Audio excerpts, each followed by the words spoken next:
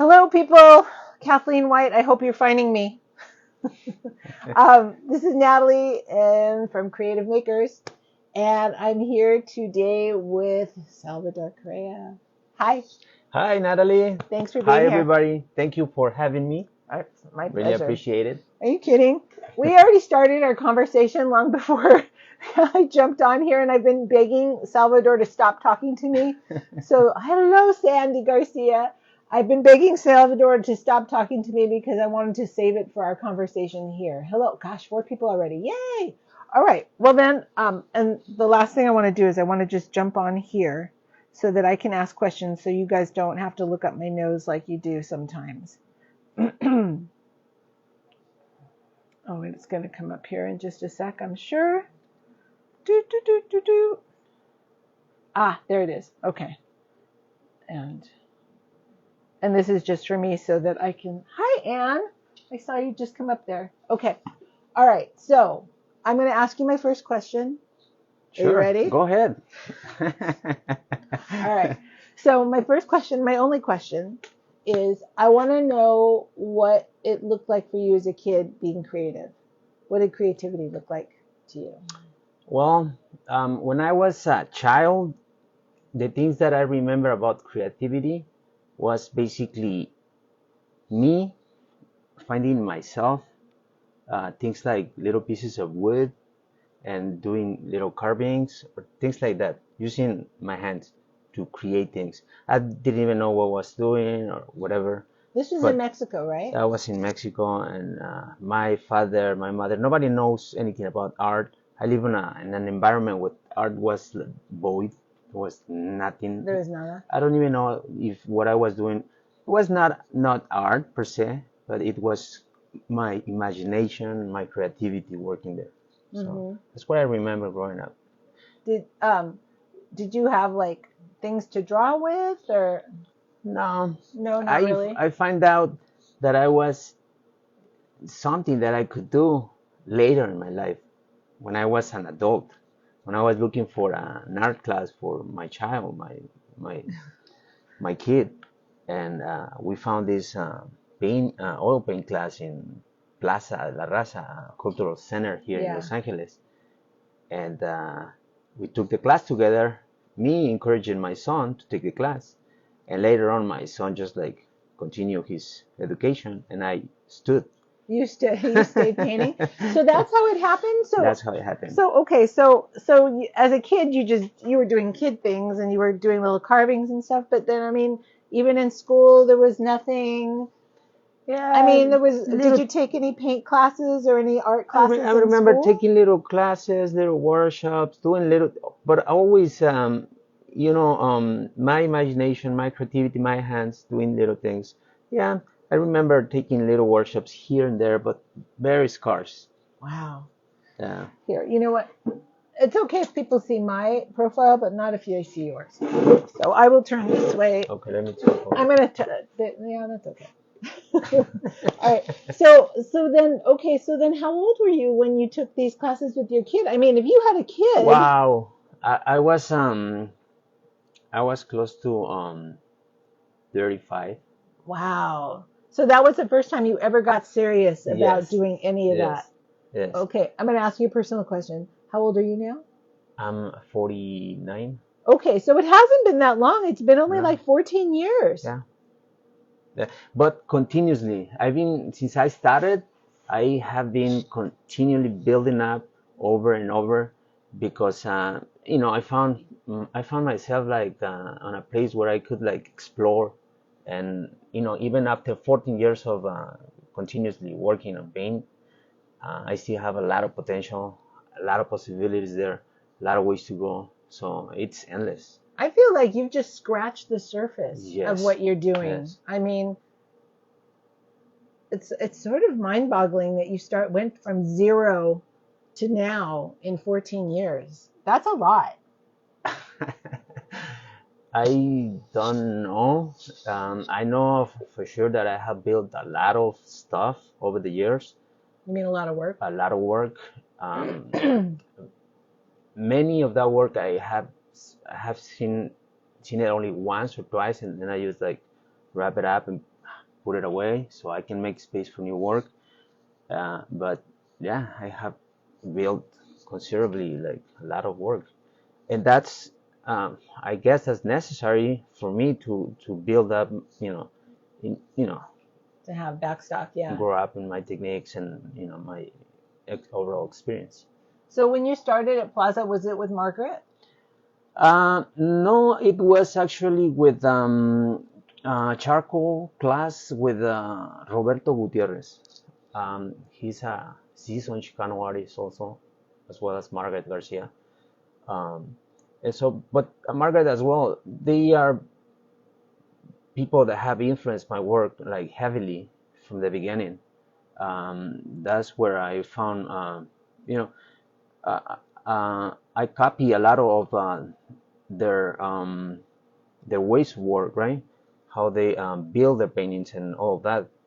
But later on, I just like You definitely have your own style and your move own way of away working. and find my own voice, my own style, my own aesthetic. So you started in charcoal and then you moved to an oil painting class, you said? Yes, I started with charcoal.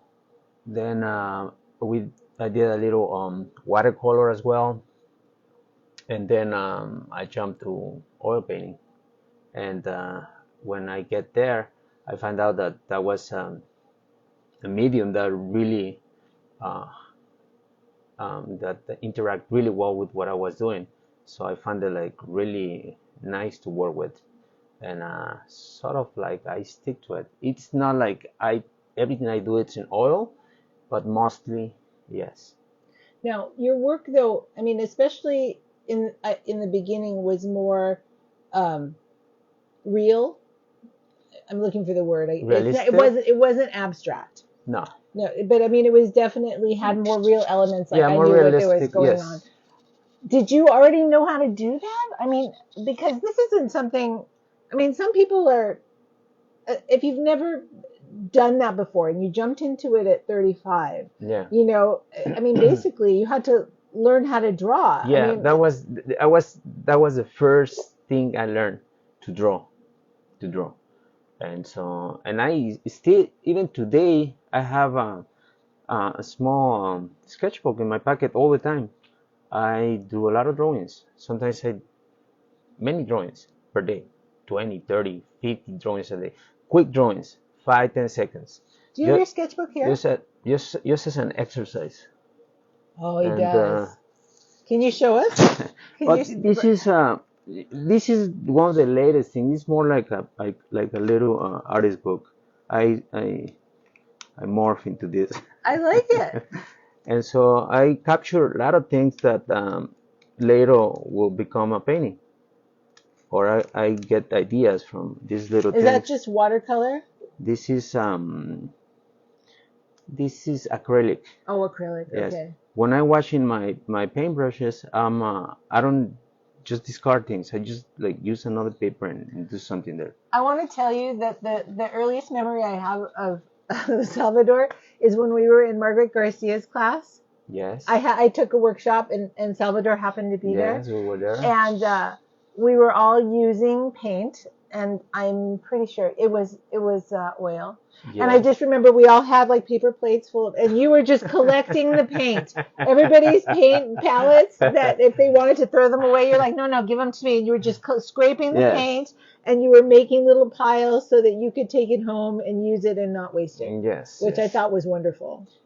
Yeah, I mean, I was doing two things, right? I was doing a favor to myself because I was getting some extra paint, which I needed.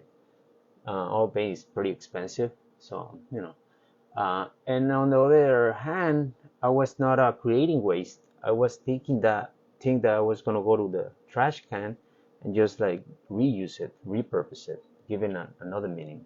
And so that's Yeah, what I no, was it's doing there. wonderful. Now, I just want to tell you guys that this is just a little notebook with lines. I mean, it's like a little writing notebook that he does all of his little drawings on, and just as And one it's thing tiny. about this little thing is I didn't pick this notebook. The notebook chose me, and because I found it on the street, like Oh, really? smash, and I say, wow, I can use it, and then this is it. So it has a little story, by the way. See? See what I mean about stories? Yeah, so it has a. Oh, and you wrote this, you wrote a little thing on the back about where Yeah, you found it. I like also writing things, small poetry, if you can say. Um, so yeah, So it says on the back, it says, here, you want to read it?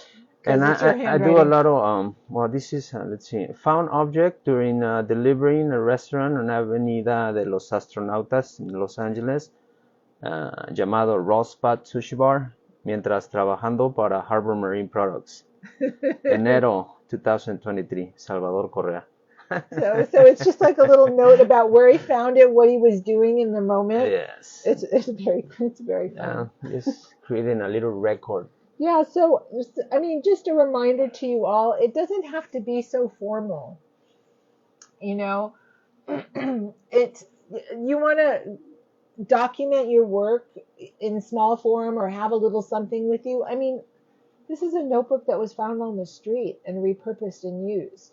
So, I mean, it doesn't have to be formal. You don't have to be scared about messing it up. No, when I was talking about drawings, let me show you. Oh, show us. Let me show you like Oh my gosh.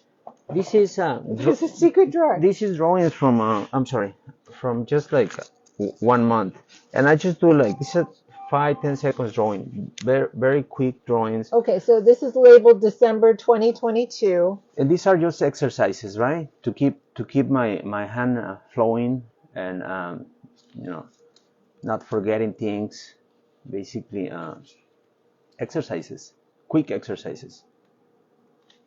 And these are like all people, it Yeah, seems. I do a lot of portraiture, even though what I actually show out there is my landscapes or my abstracts, but I also do like Yeah, I all never kinds see you. I all don't kind of really see things. you do a lot of portraits, or never see a lot of that portrait work. But I mean, Yeah, so you just keep them all grouped up. yeah. I let's say And I just want to say the back of this paper is like stuff that it was for something it's else. the cheapest paper that you can find out there. Used, But already used paper. doesn't matter. I mean, it's all for exercise purposes. So Yeah. And so he just does these little sketches with a pen. it's just to keep your sensibility, going on. You don't want your sensibility like just to go away. No, you wanna keep it going on, and you wanna exercise it. As I think Picasso said it once. So behind me is this drawer, and you've got these. Are these all by date? Yeah, they are They're all by date. per month. I have thousands Oh my easily. God. Okay, I here. I just want you to see. He's got thousands. They're all labeled in here, and they're all right here. Thousands. Yeah, there's more somewhere. So Oh my this is the most God. recent stuff. All right. Does this go right Yeah, here? just put it anyway. I don't want to put it anywhere. I'm going to put it away where it's supposed to be. Are you kidding me? Sheesh. So, but yeah, it's more about keep the things the ball rolling in, as I say, keep your sensibility awake. Don't let it go to sleep, or don't let it go away, because you as an artist, sensibility is the most important thing you have. You really wanna nurture it, and grow up with it, basically. That's cool. So, I mean, all your work, I see mostly landscapes. And to me, they're inspired by the area that we live in. Yes. Is that right? Yes. Is before I go into that, I know that you worked with Frank Romero Yes. doing a bunch of stuff. And Frank Romero is a big artist in our area. He's even national. Yes. Yes. And he works mostly, I don't, tell me about his work, because he's everywhere too. Well, his work, he has mastered the line on a way, and so he has already certain motifs that he works and rework again, and again. Like the palm tree, very common here in Los Angeles. The car, Yeah, very Um, common here in Los Angeles. yeah, this thing called pingo, which is actually a dog. It's also very common motif Oh, of you mean like him, coyotes? the coyotes. Yeah, Coyote? Okay. and so yeah, that's and so because he already mastered the line, so his work is really is it come out fast. It doesn't take him long to create one piece of art, and so that's one of the things that I like about him. You know, the way he uses the line. He didn't go over and over, just one time, and that's it. And the design was there. It was very obvious. It was understandable. So that's Frank Romero. And did that part's influenced you, right? Yeah, pretty much. I mean, Yes. you do a lot of palm trees. You Yeah. do some cars. I mean, not to say that you're being Frank Romero, because I mean, Yeah. let's face it, we live in palm trees and cars, like we Yeah. talked about. But I mean, the whole idea of trying to really master your subject and get it all down in one fell swoop. Would you Well, say that that's yeah, what yeah, you try to do? definitely, yes. Because on my work, you want to find intimacy, immediacy. Once you see my artwork, you want to find immediacy right away. And I think that part is really important. And it's not something that I wanted to to be my art like that. It just came to me spontaneously because that's my characteristic.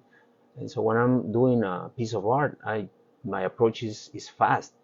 Is and sometimes it takes me like hours in order like to start because I have the ideas, but I don't know exactly how I'm going to begin to work with the piece.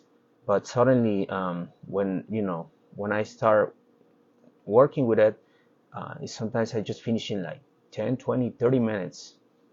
And if I think that it's already done, it is. And sometimes it doesn't take me much. So when But you're doing a piece, then you try to lay it down all at once. Now, do you ever go back and like rework things? And you're laughing. yes, Yes. yes. As a matter of fact, I always working on more than one piece. I'm working on two, three, four, five pieces at a time because, as I was mentioned to Natalie, I don't waste the paint.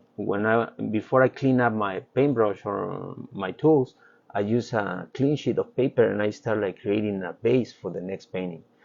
Uh, and sometimes I'm working simultaneously two, three different paintings at a Is time. that why I sometimes see like your work has a very similar color palette from one painting to another?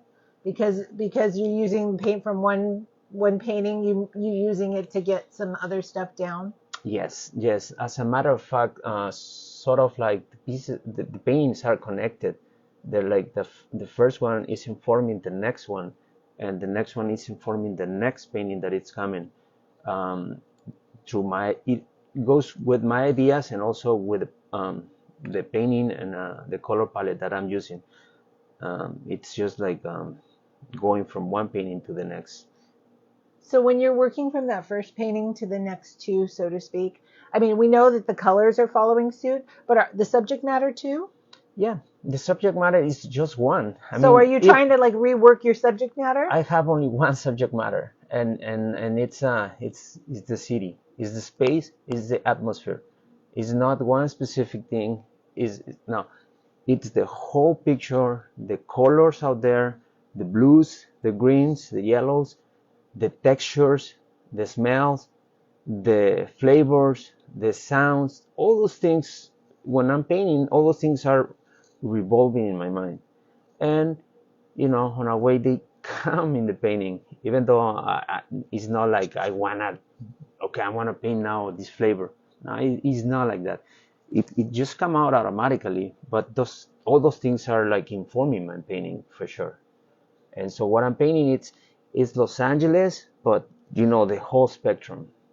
And yeah, it's nothing specific. That's why in my painting, it's not a place. It's not a name. It's more like it could be anything. It could speak differently to different persons. It's not only one thing. It's it's million things in one painting. So you talked about starting a painting, and sometimes it takes you a long time to start a painting because you already know what you want, but you don't know how to get there necessarily, right? So typically, how do you start a painting besides in thought? I mean, when you put in that first brush stroke or palette knife stroke, what I, how? I see myself more like an instrument, and that's why it's important for me to have to learn more techniques and everything, so I can be like a better instrument to create that piece of art. And what am I gonna do is something that I don't know at the time, but I just need like to start, pouring paint into the piece, and that's it. Just once I started, it continually like grow up from there, like organically. Hmm. I don't know the steps, because if I knew the steps, it'll be easier. I could just like write them down, 1, 2, 3, 4 steps. That's it. You can create this little beautiful landscape. But it's not like that. As Right. a matter of fact, I have tried to recreate pieces of artwork that people have told me that they're beautiful, they're masterpieces, that I should be more of those. So I have tried to recreate those works with total failure. So you don't have a recipe, so to speak, like first I put down my background, then I'm going to put down my foreground, I don't or have a maybe, or I recipe. do the lights first and then the darks, or the darks first and then the lights. Nothing. I don't have a recipe, and I don't want to have Okay. Okay. Here, it. you know what? Can we pull a couple? Like I'm looking at that little double landscape right there. Can we pull that? Yeah, that one. It keeps talking to me. I'm sitting here and Yeah, it keeps talking to this me. is very abstract, It's very abstract, but I see it. but you can see Here, it's a I'm gonna. landscape, right? So it's two pieces, and it's on cardboard. It's It's on paper on cardboard. on cardboard, and it says aqua green oil on cardboard, 6 1/4 by 7 3/4, California Light series, and this is from 2021. Yes. Yeah. See, I was trying to working with the light and space here in Los Angeles, which I think it's captivating. And yeah, I create a whole series of work within that specific theme. You know what I always love about your work is, to me, they always look like photographic negatives. Mm, I don't know if everybody's and ever told you that before. no, but that's really interesting. They do. I mean, That's I just, how when you see negatives and it's all dark and all light and not a lot of in between, that's yes. that's what I always see, like in some of these. Because in my artwork, I want the spectator to get involved, to create a dialogue with the piece, and create their own story there. That's why I don't want to make specific. I don't want to make a lot of details. I want to leave it more like in the middle, for you to get there and make your own story, because that piece is going to remind you of something um, through your whole life, a place, or a time, and that's the connection that you're going to have with the piece. That little moment in your life, and if you connect with the piece right there, I think that's priceless for me. Here, I'm gonna give this back to you. We were before we jumped on camera, we were talking about, oh, and just here, hold on. So people are commenting. So let me jump in here and look at comments. Da, da, da, da, da. It's not easy to find comments on this thing. Here we go. Okay, so people are saying hi. Hello, everyone. Yeah. Hi, hi, hi, hi, hi. Georgia is saying that she needs to practice every day. So I think that was Yes. talking a lot about your little tiny sketches that you do 20, 30 Yeah, a day. yeah, and don't worry about the result. It don't matter. What matters is about practice, the practice, and you're gonna see that eventually in 6, 7 months you're gonna see the difference between how you started and where you are. Yeah. And then Clifton and Bart are just talking about how they too work with many paintings at a time. And It sounds to Yes, me like they're yes, moving the colors from one painting to another painting. definitely. Yeah, Yeah. that's the way it is. I mean, sometimes when you're working on one piece, you get stuck. You cannot move forward. You basically like hit a wall there. And so you move to the next one, and later on, or in a couple of days, you come back to the first one, and then you want to find a way to continue working with that piece. But sometimes it is like that. It's not in the moment. And also pieces that sometimes I think they're finished, they're done. When I see them again later on, I see that I can just like potentially keep working on them. I mean, sometimes there's those pieces that are never done. You even hang them in your house, and every time you look at them, you're like, I keep wanting to take my Like, paintbrush and just do one more. yeah, you always see details on your piece, especially the ones that you created back in the days. Yeah. But yeah. But on the other hand, I don't wanna basically touch them. Sometimes I just wanna leave them the way they are because that's a way to document your trajectory, to see where you were like at the beginning, where you were like 5 years later, and where you are right now. And you definitely you can see the progress and the difference in the work. Definitely. We were talking about before you guys got privileged to be in this conversation. We were talking about how much work Salvador has. He's got a lot of work. And there's a lot of big pieces here, but he's just recently moved back to smaller pieces because of the size of trying to keep all this work housed. There's just not enough space here for you. Yes, unfortunately, I only have this much space, and so I just built up, a lot of work that it's taking my space, and so I had, and then on the other hand, I had the urge to continue doing Big work. pieces. I wanna do big pieces, but if I can't, I can't. I mean, but that's not gonna stop me on keep working. So I switched to smaller pieces on paper now, which Yeah. So taking way less space. And let's talk about like this stuff that you're doing right now. I'm going to move this out of the way for the moment. and so yeah, by doing that, I'm saving space. And anyways, So right now, what he's doing is he's working smaller on handmade paper, and this is all acrylic. this is an acrylic. This is a new series. This is the most recent stuff that I'm creating. And yeah, there are Keep talking. very there's still landscapes, but more abstract. And yeah, I switched to acrylics this time. And the car, it's always there. Um, um, and I like to play with in my paintings with the planes, uh, creating like curiosities. When Like you for example, obviously in the distance you will have to see the if if it's supposed to be in the back away, like far away, this should be smaller, right? But it's not.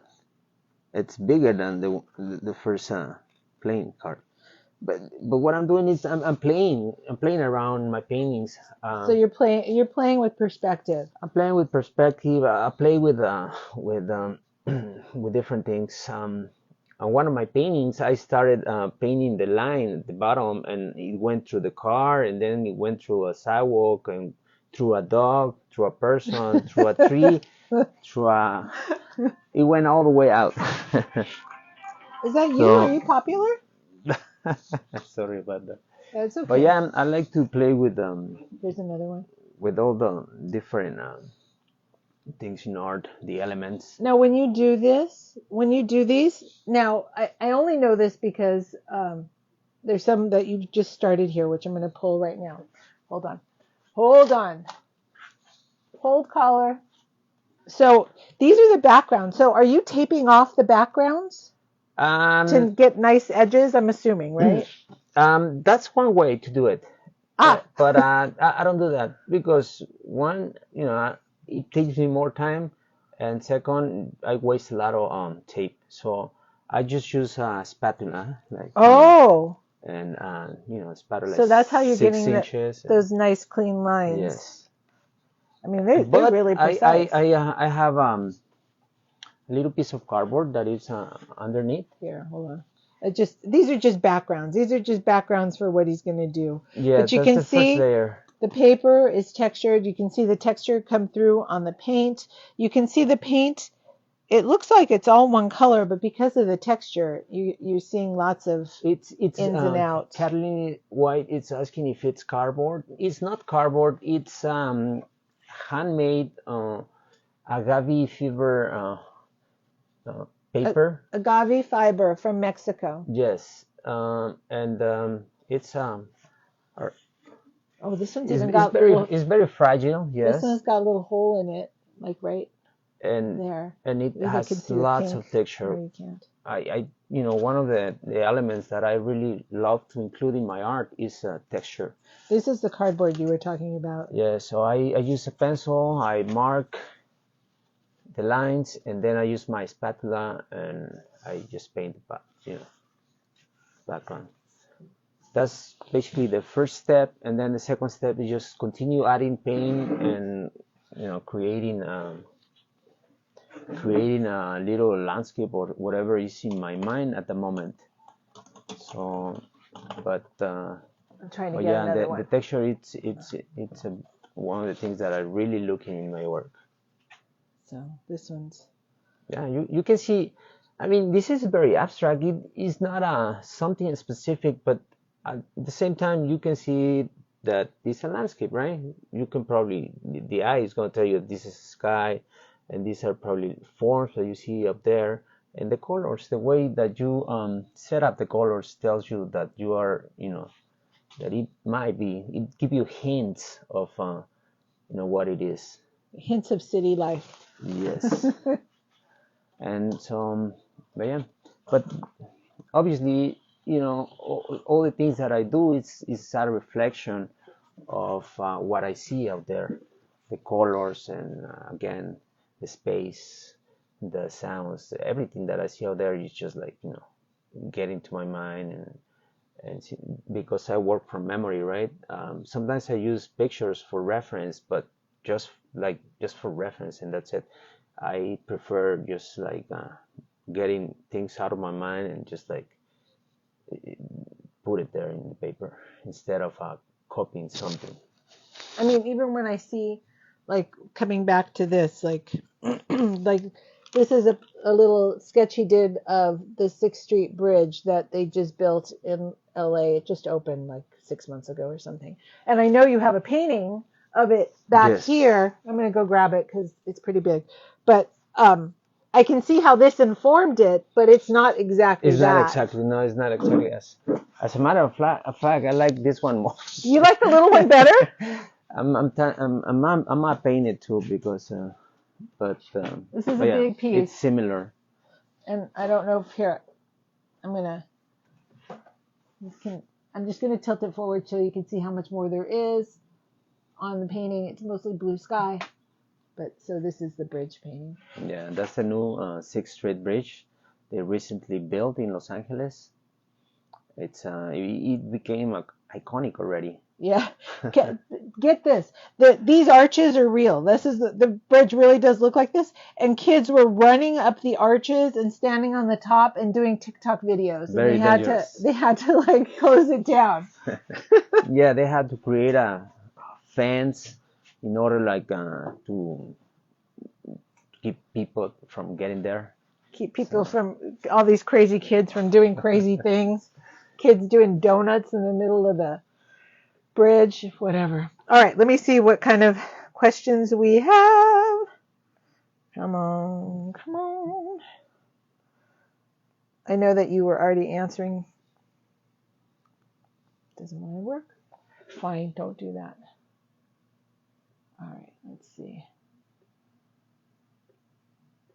Da, da, da, da, da, da, da.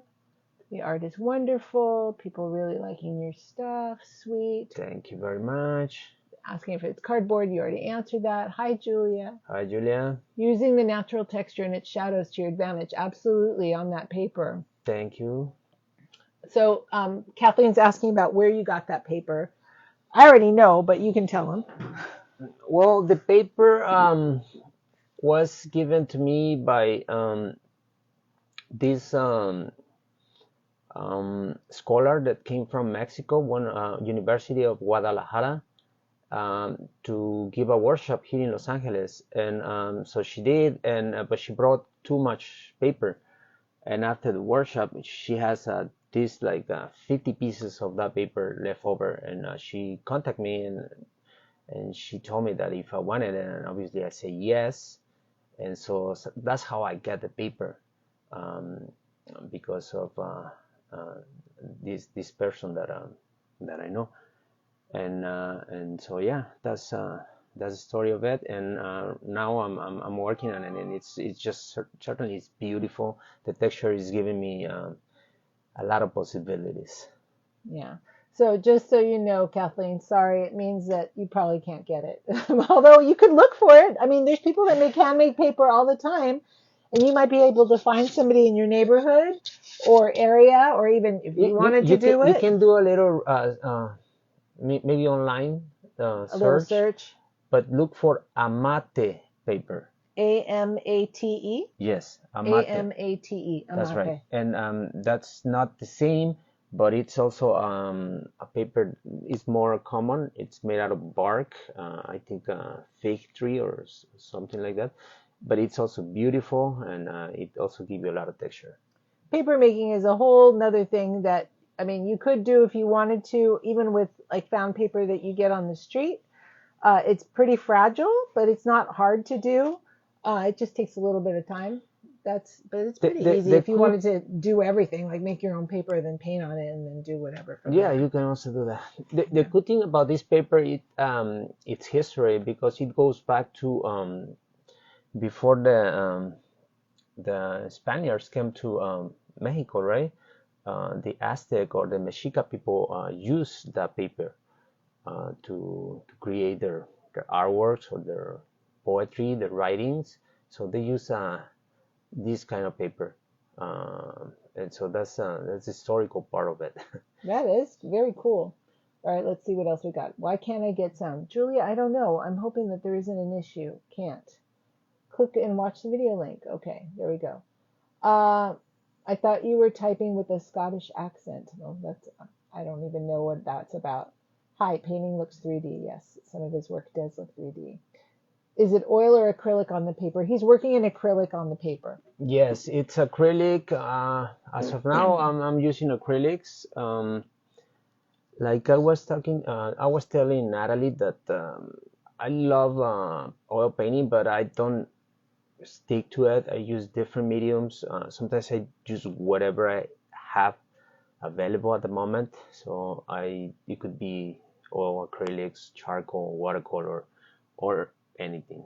Mud, if you. Mud? Did you say mud? If there's nothing else and you have the urge to create. Oh, George is saying yes, you can buy a mate paper online. There you go, Kathleen. You can look up a mate paper and find it online, and you can buy it. Georgia, thank you. And I saw a comment about somebody talking about, I don't know who it was, about how you just wanted to, I have so much trouble getting started, but I want to do daily drawing so badly. I know, starting is the worst part, but if you can just force yourself, even if you're not quite feeling it yet, just force yourself to do something. A lot of times that's all it takes. And it doesn't have to be perfect. And I think if you put like a limit in your time, like let's say I need to do this little drawing, whatever you're planning to do on a tree or a car or a house, and then you give yourself a minute or 5 minutes, whatever you feel comfortable with, and you stick to it, and then you're gonna force yourself to create that little drawing in under 1 minute. And then if you continuously do that, you're gonna you're gonna train yourself to draw better and quicker. So that's the way. We were also having this whole conversation before we started too about, and I keep telling you guys this, and we were talking about this as well about, you know, hoping to see like all the work out all at once from the beginning to the very end to watch a trajectory and then also to group things. Yes, yes. Well, in that case, that would be difficult because of the space. But even though I have all my work documented on with photographs and you know on on spreadsheet, but but I don't know exactly how it looks. I wish I had the Someday, opportunity to see everything like all at once. yeah, and to see exactly like what's going on.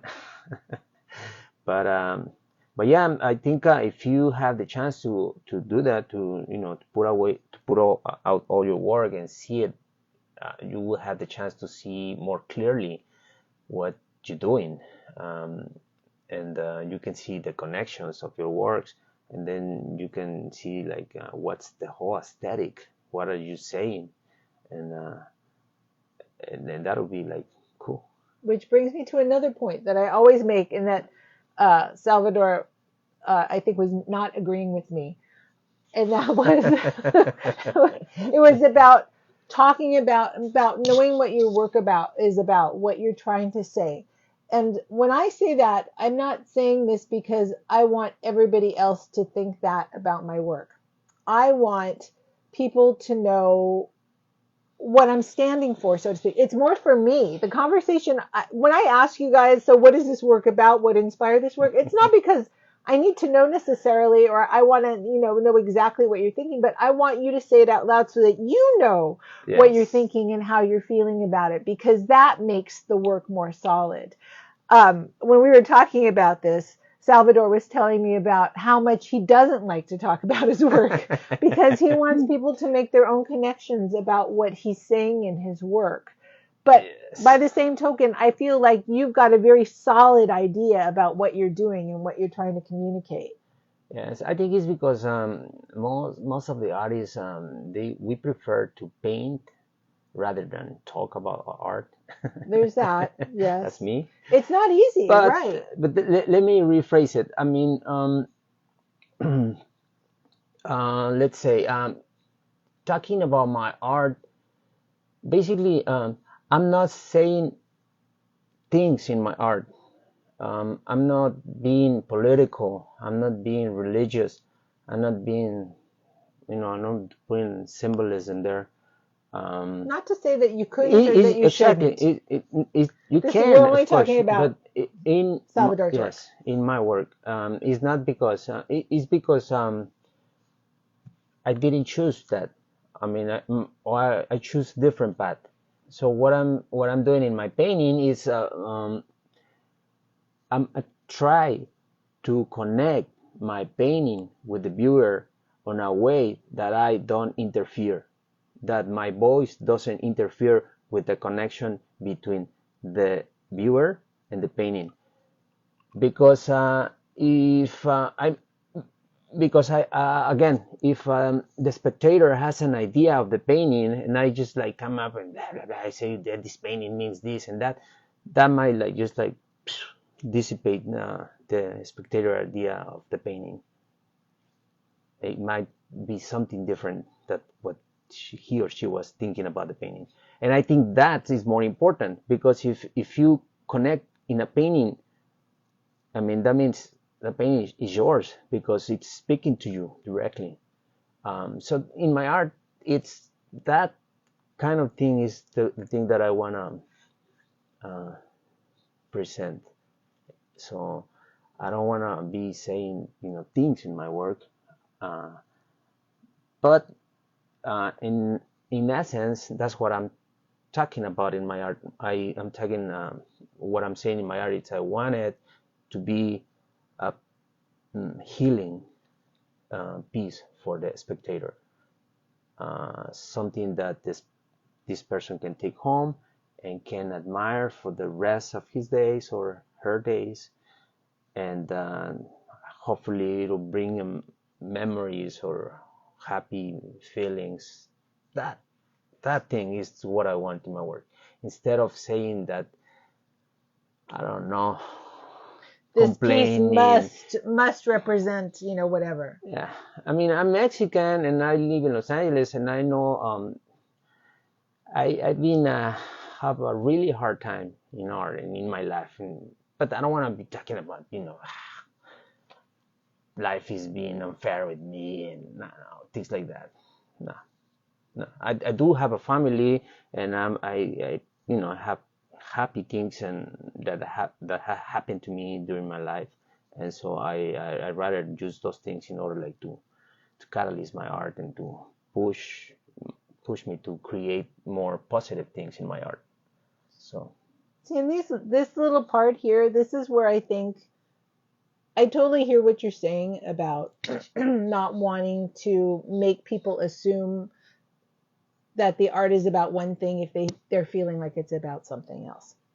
But by the same token, you have a story.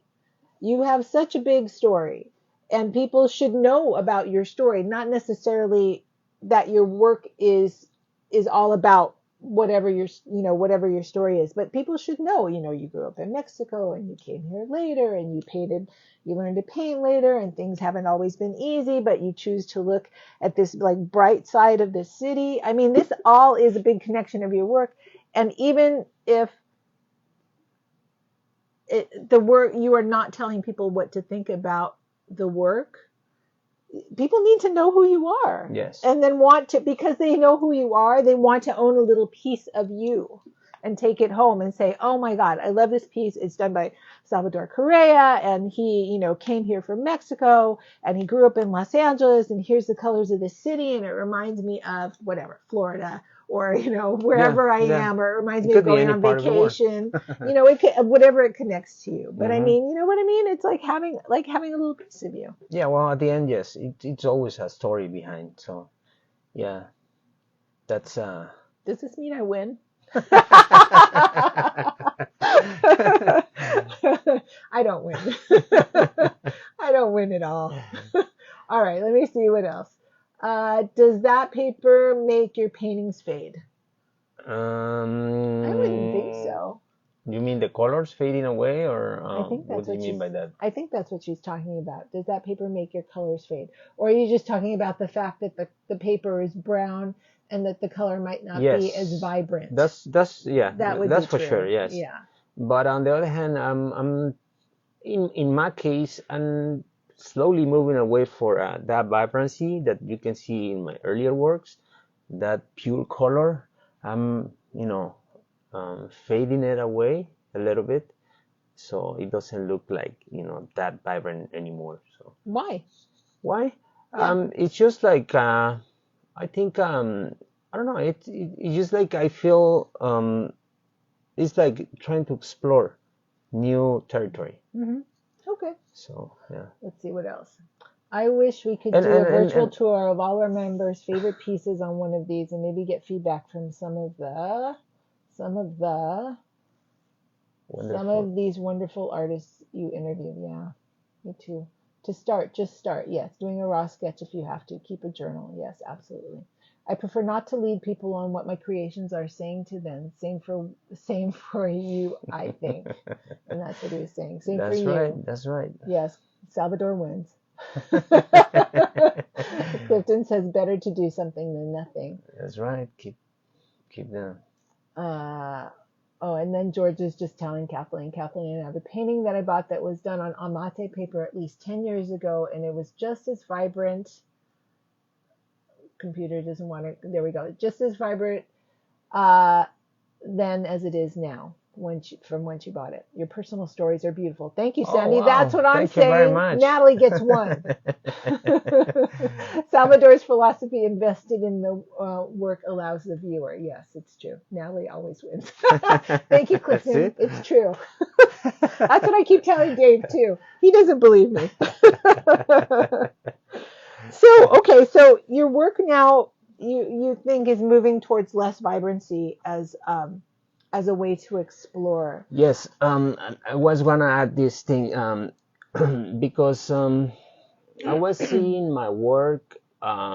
It's not that it's bad or it's good, but it's my perception of my previous artwork that by doing um, so vibrant colors, by using so vibrant colors, and my approach was with a heavy paint, and so I was creating very heavy paintings. There was not much space to breathe. And so I was looking for that space in my paintings. And in order to create that space was by lowering the vibrancy of some of the colors in order to create that space in my painting. That's a really interesting idea. So that's what I'm saying when I'm trying to explore new territories. And I don't know if I'm actually getting it in the painting, but I'm investigating that part because that's on a way that's what keeps me moving. Like when I'm not doing repetitive work, but whereas I'm investigating on new things and new possibilities and new territory, that's more interesting to me. And sometimes the result it's just beautiful. It's surprising. Yeah. Do you think that you're moving away from figurative work and into more abstract sort of work, or do you just go back and forth all the time? I was thinking that at the beginning of the year. That you were being more, you wanted to be more abstract? Yes, but and then I go back to more figurative or portraits or more figurative or more representational work. But it's always like in the middle. It goes back and forth. Back and forth.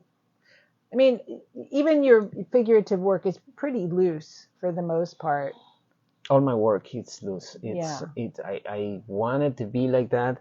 I wanted to leave a space for the spectator to continue to get involved in the painting by just like finishing the face or like whatever I'm doing in the landscape, just to create a dialogue with the spectator where the spectator can like continue the story and make their own story in the painting. So they're adding their own components, yes, so to speak. Yes. And by doing that, you get that by leaving things loose, not very detailed. Because once things are detailed, that's it. You are not leaving space for anything else. Right. It's just you, your idea, and that's it.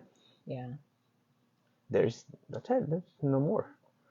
That is very true. That is a very excellent way to look at it, And I think it's important for the spectator to get involved in the painting. I think that part is it's imperative. It's very important to engage in the painting. Mm-hmm. Is there anything in this room that you want to pull out and like talk about? I mean, there's so Everything. many things. Yeah, I know. I know. Anything in particular? We can pull down whatever you want. Do you want to pull down the palm trees? Or? Let's see. Let's show you one oil painting. Yeah, show.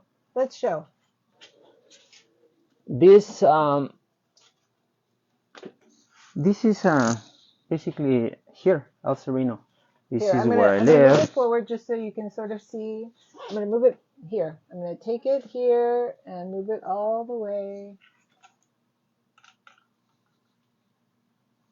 Just so you can see and get an idea of what is going on. Okay, and then I'm going to move it back here. And I'm going to, excuse my hand, everybody. There, so you can see the whole thing, the whole picture playing. Okay, so what do you want to say about this? So yeah, this is an oil painting. This is done 2022, and again the work it's loose. It's nothing specific. It's not an actual place. It's out of my memory. But again, I have painted this scene like 1,000 times. Yes. So I had it in my mind. It's like instant. And this is very El Sereno. I mean, this is very much where we live and what it looks like. Yeah, everywhere you go in Southern California, you're gonna see this little scene. It's basically everywhere. Yeah, palm trees and electric poles, telephone poles, and too many cars. And um, we were mentioned at the beginning that I'm doing the palm trees and the cars like these artists that we mentioned, Frank Frank Romero. Romero. But again, each artist has different approach to same objects, and even though it's a palm tree, you can see that it looks different to his work. Now, do you spend a lot of time mixing colors? I don't mix colors. That's what, you know what, I had a feeling like looking at these paints because I can almost see Naples yellow, Prussian blue, Yes. a Well, permanent green I'm sorry. light, I do mix colors, but not a lot. but the colors that go well, Right, but I mean, like I'm not green and talking about blue. I'm not talking about mixing colors on the palette, but I mean like out of the tube. Then do you mix them and then put them on? You just use them out of the tube, right? Yes, because um I'm bad at looking at colors. I don't see that many range of colors. In my mind, I only see very few colors. Are you colorblind? Sort of. Oh, So you're I colorblind. see only blues, greens, reds. I mean, and that's why you can see my art. It has a lot of contrast It does have a lot of because contrast. I cannot find like many blues. I just see one. Oh, that's so interesting And to so, me. but yeah, that's one thing, but that doesn't stop me from going on. Now I have to ask you because I know that this is an influence in my work, not just from Margaret Garcia, but other artists too. I never use black in my painting. You? I don't use black in my colors. No, I create black by using Yeah, blue and green, blue and red, green, whatever. red and green. Yes. Yeah. Um, but recently I included Yeah. in my you latest start- work. Is that part of branching out? Yes, Yeah. as well as white Yeah. white use it to lower the vibrancy. Yeah. So I can see that there's almost no white in here except for maybe a little bit in the clouds. yeah, and so but yeah, the green, I think the greens and the blues are always present in my paintings because on a way they just go they just go back to like my childhood, my memories in Mexico. There's many colors, but especially the green and the blues. These colors, I just like carry them with me, and they just come over and over and over and over in my paintings. All right, what else do you want to show us? All right, so this is Show us more.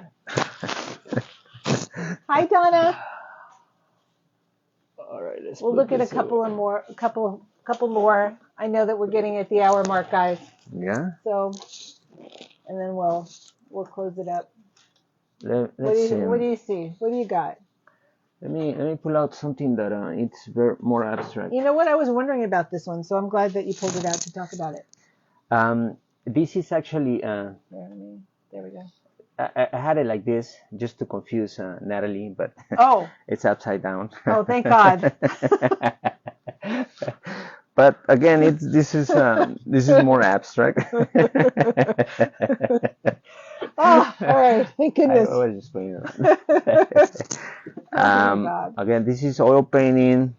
Here, let me move it forward just so they can see it close. So, contrary to what I had, so yes, it is very abstract, but you definitely get that idea of like sunset and light on a hillside or buildings. It all depends on the time of the day that the sky is going to look different. I asked my little daughter once that what color was the sky, and she says blue. And I say no, it could be yellow, it could be orange, it could be purple, it could be any color. And then I show her some of my paintings with different color of the sky, and it's true. I mean, it all depends the time of the day. You're gonna see different colors. Yeah, absolutely. And so I like to use them all. I have painted the sky in all the possibilities. Of course. Why not? Why not? And who says they have to? It has to be even any of those colors. It could Right? be anything. Yeah. That's one of the things that I like in my paintings. I like to play around, and I like to. And again, this is let's see. These are all sketchbooks because I keep them handy because uh, sometimes I have ideas like that they come like my mind, and I don't want to let them go, so I put them in paper, and later I may use them for a painting. And they're You all never signed know. and dated. They're almost like their own little works all by themselves. Right. You want to keep the date on it because I think that's very important, to keep track of where were you at the moment, or what Now are you here, I want to thinking. come back to this one for a second. So on this one, I mean, obviously you put the paint down first and then the black line. Yes, yes. It could. Sometimes I do it this way, sometimes the other The way other way, around. you It don't don't care. matter. It It doesn't don't matter. matter. Yes. Just what I'm doing here is just like Let me bring this a little closer so that you know what I'm talking about. it's all experimental, like to see I'm just gonna go through a couple of what's these. what are the possibilities there, and what can happen if you do this, what can happen if you do that, and basically like to you get loose, and later you have a better idea of how to approach a bigger painting. Yeah. So You know what I wanted to ask you about? Here, come sit down for another minute or two. I wanted to ask you about finding galleries and places to put your work. How are you doing that? How are you talking to people? How are they I'm waiting finding for the you? galleries to find me. Do you have a sign on your head that says "Come find me"? Well, that's a little bit hard, because I mean, you're in a lot of group shows. yeah, I see you all the time. yes, yes, yes. Look, I was thinking on a solo show, Yes. but on the other hand, I was thinking like, why am I gonna have a solo show? What happened if nobody shows up? Oh, What that's not happened if true. what? Oh my God. That's me sabotaging me, right? Yeah. What happened if like nothing happens? I mean, it's like I'm scared to do that. You're scared to I do don't that, know why. really? You've got so much work. Yeah, but maybe I haven't approached um, galleries. That's for sure. But yeah, that might happen in the future, in a close future, because what I was actually doing, I was building up work. I was finding my voice. I was in search of what was my real aesthetic, what was my real story, and I think nowadays I'm kind of like uh, recreating that whole story, and I'm pretty sure I'm ready to start like showing up my work more and more, because now I see that it's closer to my voice. My work is actually showing up what I'm saying, what I would really want to say. So I think maybe this year I will be like approaching a few galleries and see if they want to represent me. I think that would be great. Even if they don't want to represent you, even if they gave you just a one-off show, would be a wonderful thing for you. Yeah. Yeah. Well, that's my plan. That's the next step. That's the next step. All right. Let me see what other last questions we have. Da, da, da, da, da. I'm looking.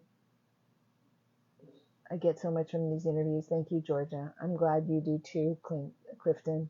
Beautiful work. Yes, it's beautiful. He's abstract to an extent. It's a continuum. Yes, Yeah, exactly. I agree. Using grays and sepia variations to mix with can colors is effective for me. So he's giving you Okay, his own tip. that's great. Thank That's you. the Thank you colors for are sharing. beautiful. Definitely. Thank you. Aren't we all? Yes. I'm hoping people will take my work so that when I slip off my mortal coil, my kids don't have to have a big bonfire. Isn't this the truth? I do wonder what will happen when I pass and what will happen to my work.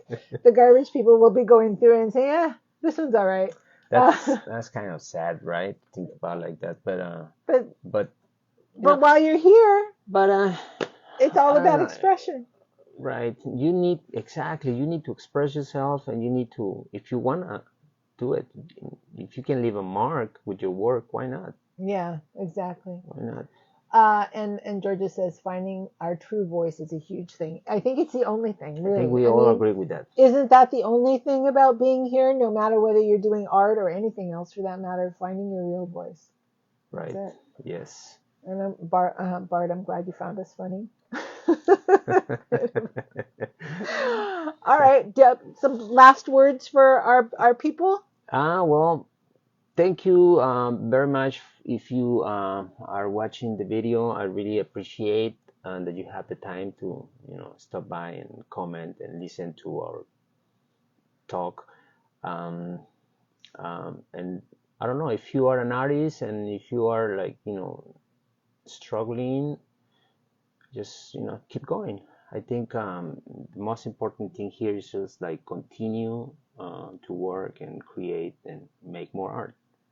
I mean, that's liberating, and that's the best thing that you can do. All right, you guys. Have a beautiful Sunday. I'll see you all later. Bye. Bye.